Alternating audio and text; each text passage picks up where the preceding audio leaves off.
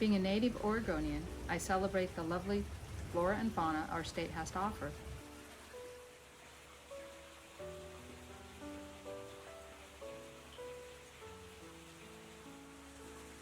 I am Darla Boljat. My company name is DK Boljat.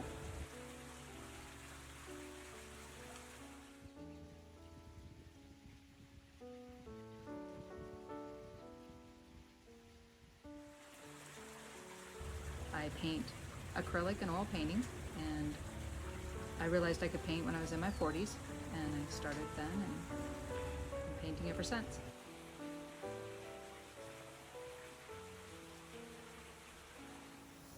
I appreciate the breathtaking landscapes here in Oregon and in our everyday life. I'm actually drawn to the green of Oregon, you know what I mean? It's beautiful, and that's what I'm driven to that.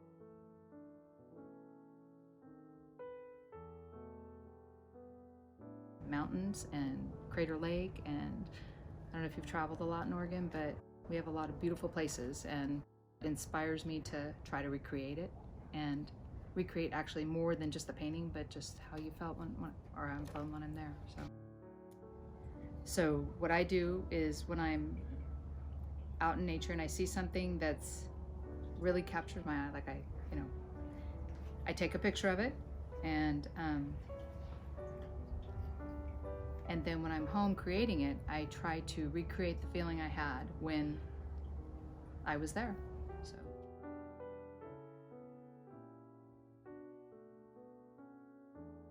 Do you have a favorite or any inspirational place that you go to often?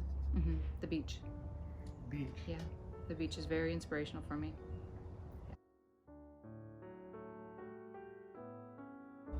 And my mom used to go to the beach a lot before she passed, but before then she'd go to the beach, and we went as a family. And so now I bring my paints with me and I paint there at the coast. Hopefully it's cooperating in the weather. So usually I feel compelled to create it. So it's like, if I see it, I'm like, I gotta paint that. It can even be a puddle, you know what I mean? Yeah. That feeling is what motivates me to get that out of the file and paint it. So there's a connection with the imagery that you see. Yeah, definitely. Usually, if it's really lovely, yeah, that's what I'm going to create. So, in my eyes, it's incredible, you know. Yeah. Kind of a fascination with nature. Yeah. As soon as if I see, it can even be like a grasshopper. You know what I mean? I've painted a grasshopper in the past. But if it's just really intricate and you see the design on it, it's like I gotta try to do it. So yeah. Lately it's been birds. A lot of birds, because they're out now. They're making nests. So I see a lot of them, and I take a lot of pictures of them with my cell phone. Yeah, birds have been a favorite, especially last few years.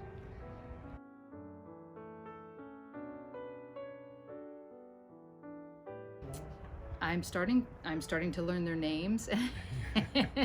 Yeah, so they intrigue me because they keep going. They just keep, no matter what's happening, they keep going, and they seem all positive and happy. And I know they probably don't have emotion, but you know, it's just their nature. Yeah. So it's kind of funny. It sounds funny, but it's a spotted towhee. I painted a bird, and I actually researched what that bird was and where it lives.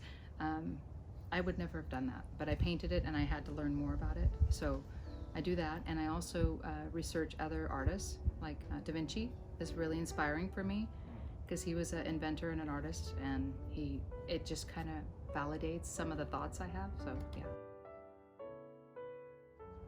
What art do you most identify with? I would say the Japanese gardens. I've gone there a few times, and that is the place to go if you want to just relax, and there's peace, serenity, just it's beautiful. So I love going there. I would say I'm gonna probably have to paint another one of those. Yeah. Yeah. In your process of doing art, what part of that is where you find the most joy? The blank canvas. looking at a blank canvas, starting out, because it's endless opportunities to create. So it's just right at the beginning is my most favorite time to just start. I get a fresh canvas and all the possibilities. So, And what's the best piece of advice that you've been given? a professional once told me that if I enjoy the process of painting, then keep painting. Because at the time I had just started, I was in my 40s. I'm like, I'm wasting my time.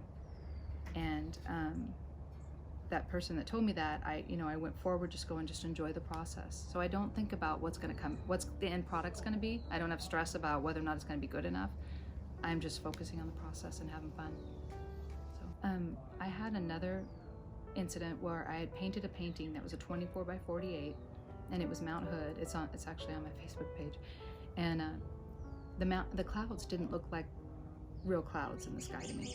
I mean, I looked later and I was like, those don't look real. So we went to my daughter's choir that evening, and lo and behold, I look in the sky and there's the clouds that were in my painting. And I said to my husband, look, and he looks over there and he said, those look just like what's in your painting. And I was like, they do. I needed that pinch me to, it just was very validating to just keep going forward. So my mom painted a little when she was alive as a hobby, but I'd say the most influential was my grandmother after she died, because I learned at her eulogy that she always wanted to paint, and I didn't have a clue that she wanted to do that, and I had just started painting at the time, so that just propelled me forward to paint more often and learn more about it. So the one that I remember the most that encourages me a lot is a young lady told me that the painting made her feel happy, and I was like, that's great, Yeah. So yeah. Early on when I was painting, I used to use a little cup to hold my brushes, and I realized I was damaging brushes, and I needed a place to store them where they weren't going to get damaged. So I thought of a brush holder and talked to a sign maker, and he made a prototype for me. And then I took it home after using it and ended up drilling ventilation holes in it, so that when you put the brushes in, when they're wet, you don't have to worry about it. It'll ventilate. It doesn't build up condensation. There's also little, I had to make dividers so that I could keep them separated, so I knew where things were. So if I was, going to go out and teach, I could flip this around and I knew exactly what I had with me. And you can just use the brushes right out of it like that. And then when you're ready to go on the road, you can just close up like that.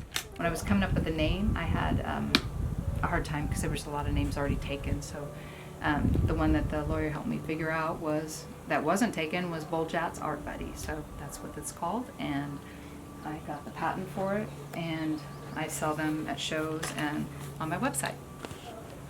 So, thank you for visiting my studio today online.